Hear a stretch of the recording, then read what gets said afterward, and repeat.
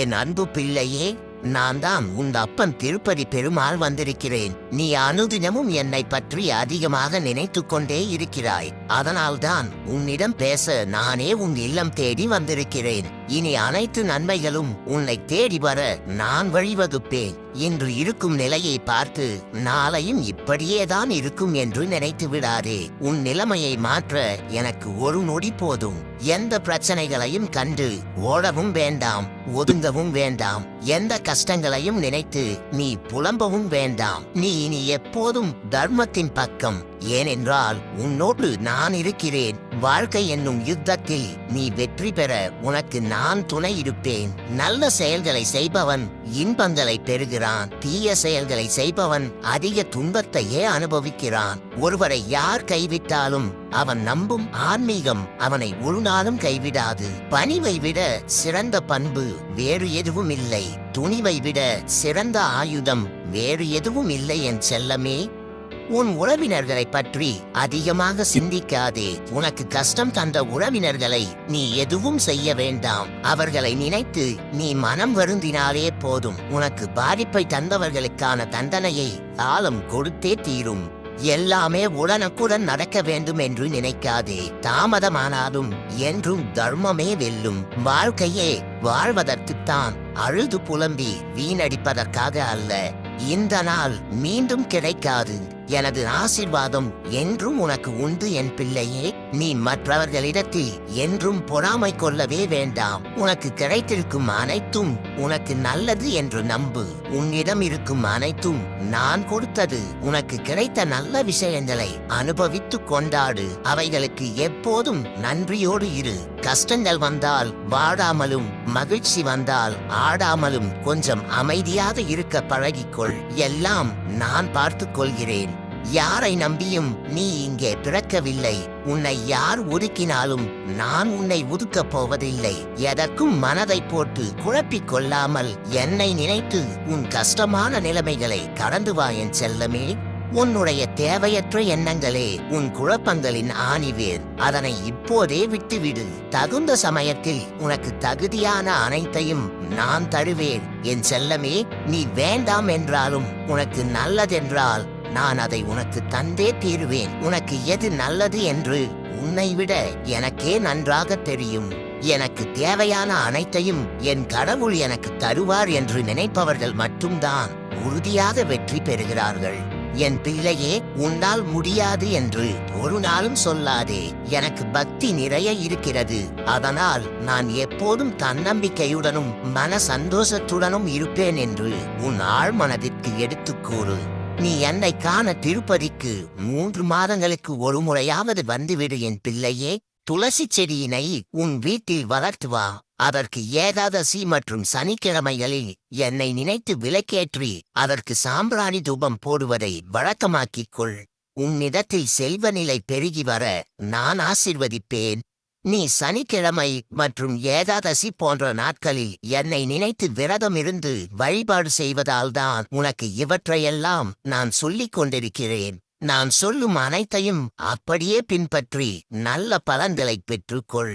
உன் இல்லத்தில் நான் பல அதிசயங்களை நிகழ்த்தப் போகிறேன். நீ எதிர்பார்த்து காத்திருந்த அதிர்ஷ்ட செய்தி ஒன்று உன்னை தேடி வந்து கொண்டே இருக்கிறது. உன்னை தேடி வரும் அதிர்ஷ்டத்தை பெற்றுக்கொள்ளேன் செல்லமே. உன்னால் முடியாது என்று எதையும் விட்டுவிடாதே. உன்னால் முடியும் என்று உறுதியாக நம்பினாலே அதை செய்து முடிப்பதற்கான ஆற்றல் தானாகவே வந்துவிடும். மனித வாழ்க்கை என்பது எப்போதும் பல போராட்டங்கள் கலந்த வாழ்க்கைதான். அத்தகைய போராட்ட வாழ்க்கையை எதிர்த்து உன் வாழ்வை ஆன்மீகத்தின் மூலம் வெற்றியடைவதே புத்திசாலித்தனம் என நம்பு என் செல்லமே. உனக்கு நான் எப்போதும் உறுதுணையாக இருந்து வழி நடத்துவேன் என் பிள்ளையே. வெறுப்பு, மனக்கசப்பு என்ற சுமைகளை உன் மீது சுமத்திக் கொள்ளாதே. வாழ்க்கையில் நீ நினைத்தபடி வெற்றி அடைவது மிகப்பெரிய விஷயமில்லை.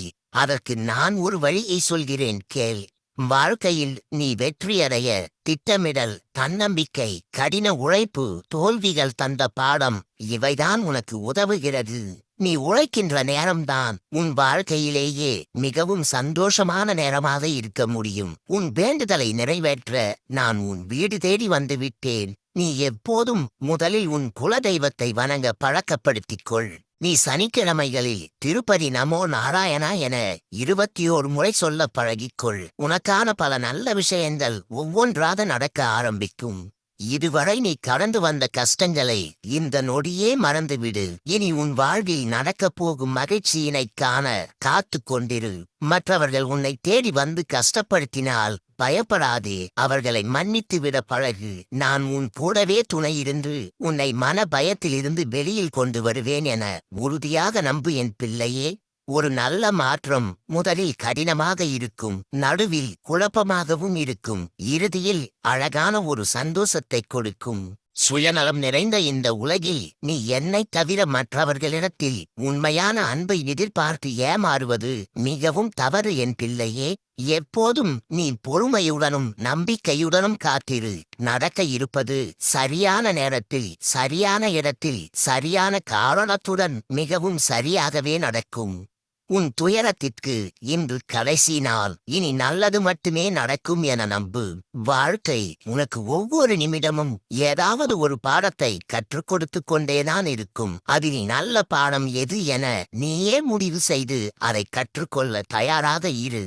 என்றும் நன்மை மட்டுமே உன்னை தேடி வர நான் வழிவகுப்பேன்.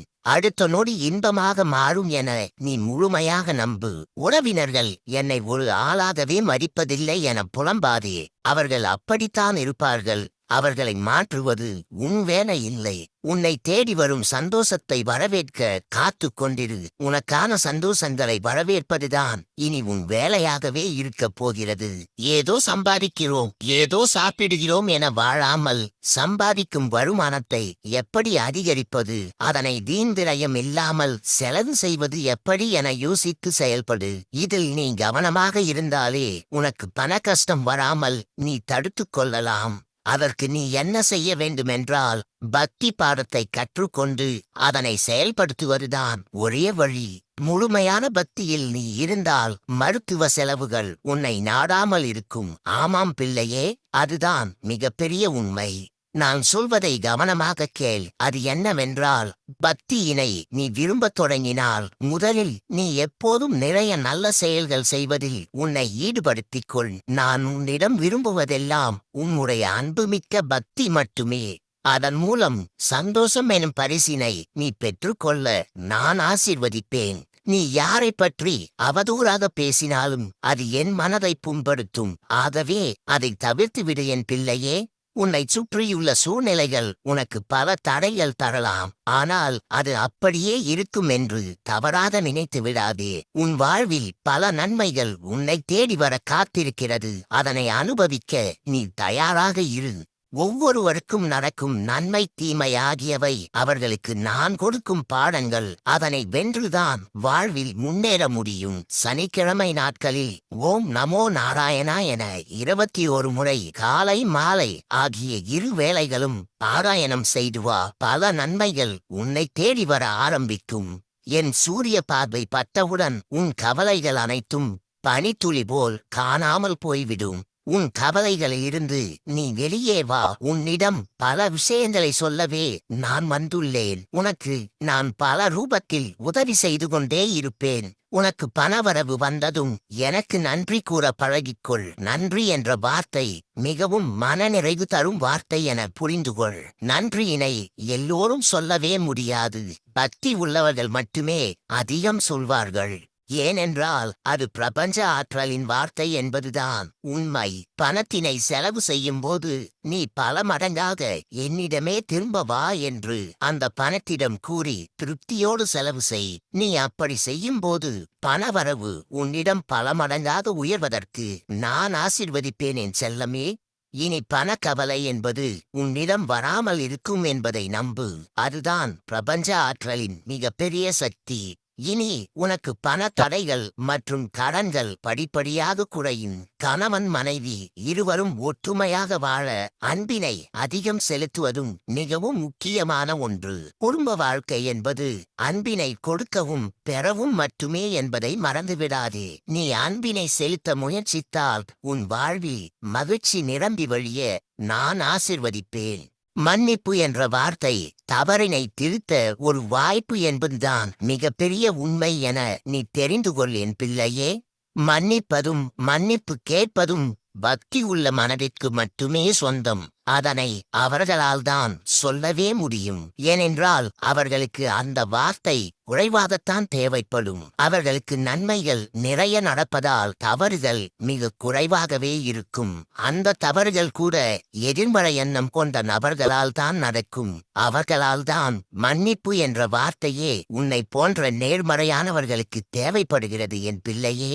சனிக்கிழமைகளே தயிர் உணவினை உட்கொள்ள பழகிக்கொள். அது உனக்கு பல நன்மைகளையும் மன குளுமையையும் கொடுக்கும். அது உன் ஆரோக்கியத்திற்கும் வழிவகுக்கும். உன் மனதில் எந்த பாரமாக இருந்தாலும் என்னிடத்தில் சொல்லிவிடு, நான் அதை தீர்த்து வைப்பேன். உன் வீட்டில் பச்சை கற்பூரம் மற்றும் ஏலக்காய் நிறைவாக வைத்திரு. அப்படி செய்வதால் பணவசியம் பலமடங்காக பெருகும். அத்துடன் சனிக்கிழமை நீ விரதம் இருப்பது எனக்கு மிகவும் சந்தோஷமாக இருக்கிறது என் பிள்ளையே. நீ என்னிடத்தில் வைத்துள்ள கோரிக்கைகளை நான் ஒவ்வொன்றாக நிறைவேற்றியே தீர்வேன். அதனை யாராலும் தடுக்கவே முடியாது என் பிள்ளையே. உன்னிடத்தில் யாரேனும் பண உதவி கேட்டால் உன்னால் முடிந்த உதவிகளை செய். அதனை செய்யாமல் தட்டி கழித்து விடாதே என் பிள்ளையே.